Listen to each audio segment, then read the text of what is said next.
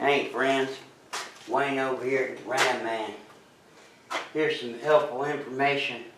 May save you some time and some money and some grief. What I wanted to talk about was, previous video I talked about how the guys that have these older Dana 60 closed knuckle front axles, which is very similar to the 44 big knuckle that we sell a bunch of. Nobody's ever developed a disc brake kit for the closed knuckle 60 or the 44 big knuckle. I got that one claim to fame amongst others. Now, some of these, like the military M715, a lot of people are, well, they command big time money. Them pickup trucks like they used in Nam, that, like I said, that M715, ton and a quarter, those came with Dana 60 closed knuckle. But unlike a normal 8 lug on 6.5 hub from the era, from 60s and the 70s, they use this great big 6 lug right here. And of course, like I've talked about before, the spindles are the same. These 60 fronts are the same dimension as late model 70s or 80s spindles, rear spindles. And therefore, the bearings and the hubs will interchange. The Dana 70 bearings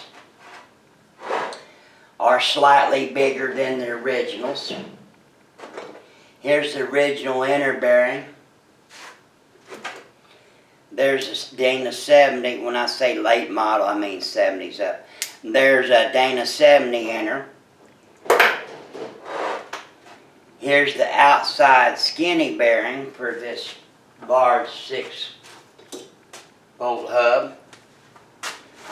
And here is a modern outside bearing.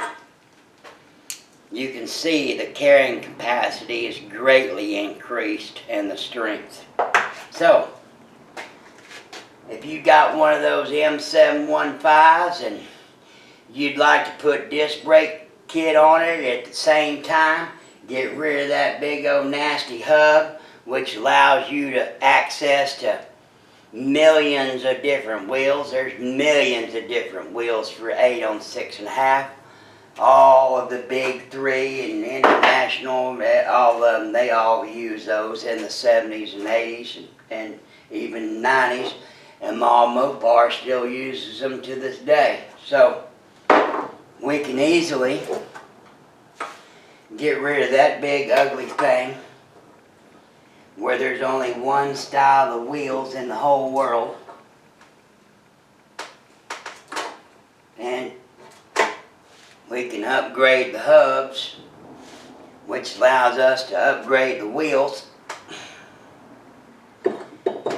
which allows us to upgrade the tires, so we can put wheels and modern badass wheels and tires on a 715 and really increase its value. Hell, them some bitches are selling for big money on Barrett Jackson. There's one down here at this nice shop in Dallas.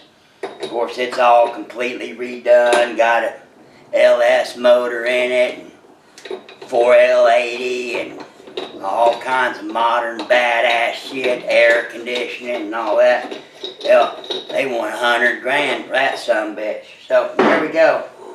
We've done changed our bolt pattern. We've done upgraded the bearings all in one fell swoop. Now you can find these hubs and shit on eBay or by themselves and pay a fortune, or any of us dudes been around knows anything about axles is you can find these old 70 and 80 rear axles laying around on Facebook or some shit off in the woods for $100 or $200 all day long. So for a couple $100, you got some hubs and some big bearings that you can just throw on your buggy in no time flat. No time flat. And then of course once we get here, that allows us to use a modern rotor, like say one off of, I don't know, what rotor do we use? Oh shit, I forgot. No, not really. Like the front rotor off 90s Dodge.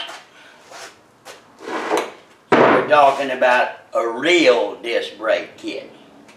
Not Mickey Mouse, some clown or some outfit trying to stick a little bitty Ford F-150 rotor on the front of a behemoth and expecting it to stop well. So, factory Dodge rotor, all we got to do is open it up just a little bit so it sets down on the rear.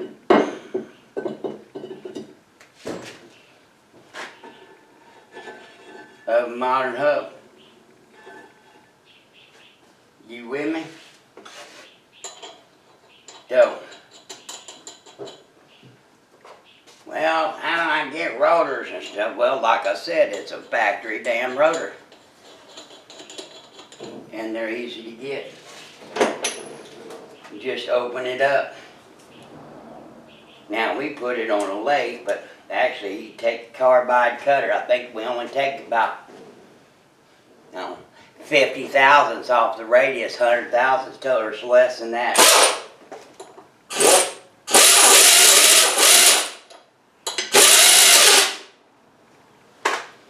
So,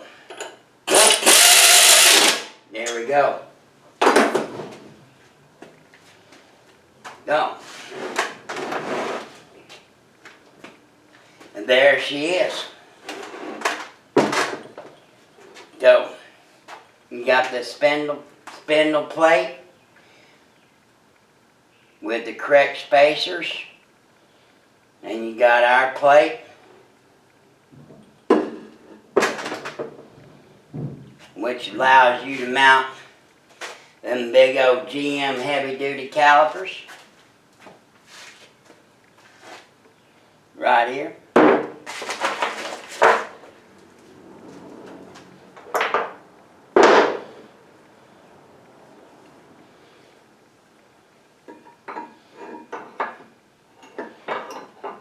Voila.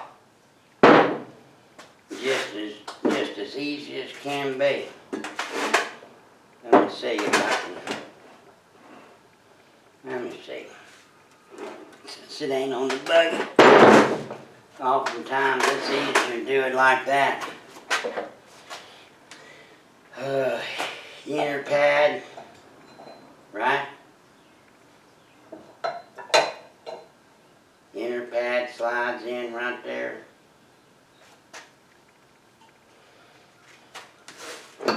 Make sure your bushings are pushed back.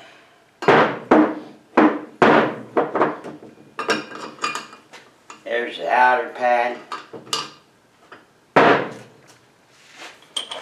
You gotta have a couple pins.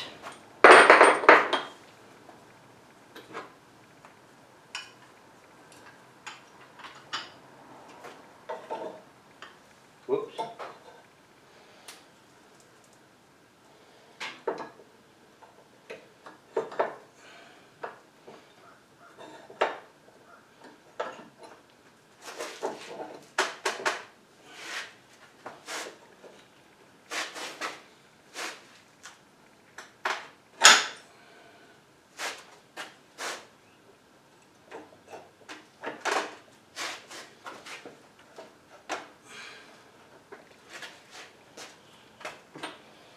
Drop our pins in,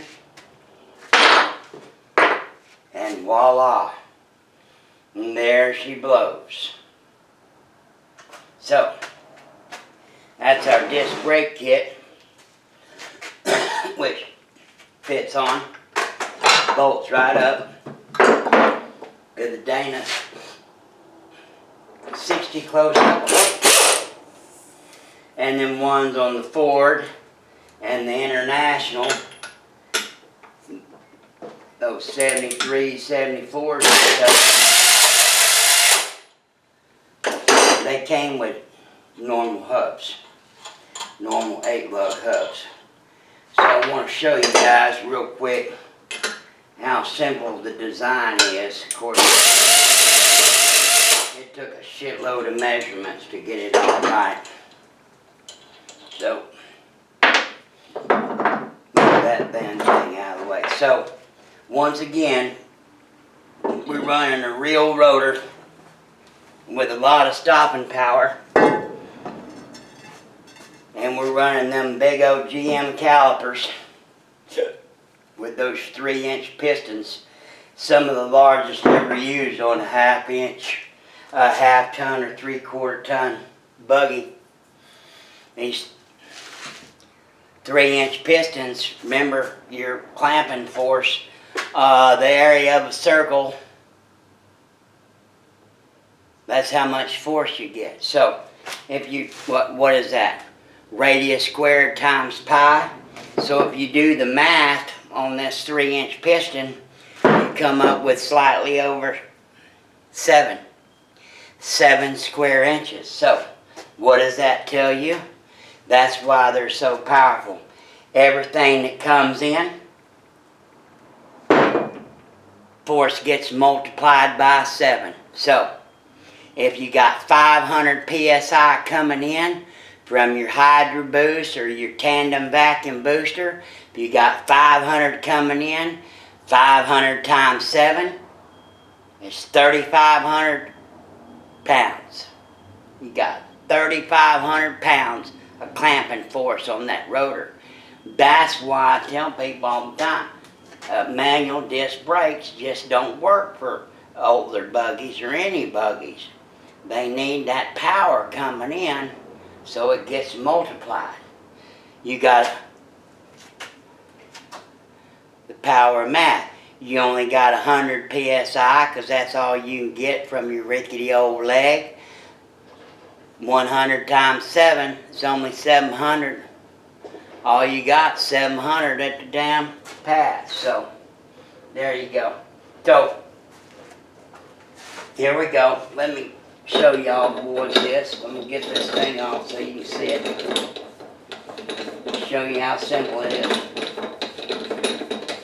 Like I said, it's a tight fit, and that's one of the reasons nobody's ever done it. That's one of the reasons nobody's ever done it. The measurement's got to be dead on. So, got your round plate. You got your caliper plate. It's designed so it just clears the knuckle. And you got your spacers certain length. Took me 4 or 5 times to get that just right. So, that's how simple it bolts on.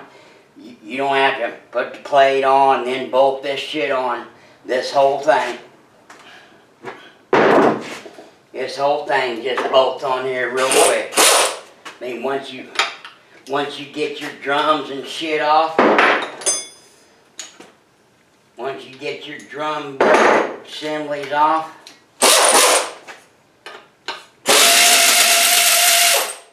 you're off and running in no time. I'll show you what I mean.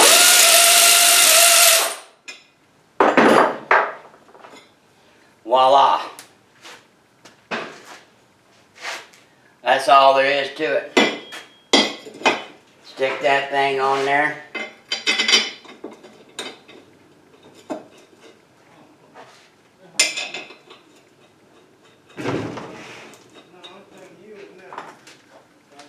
Let's be quiet.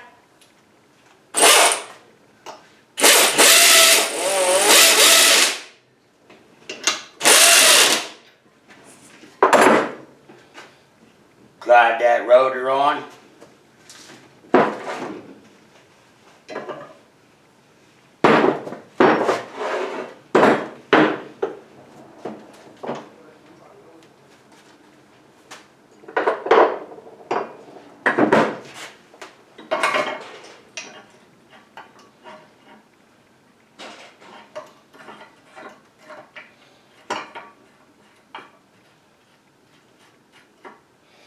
That's them big GM calipers.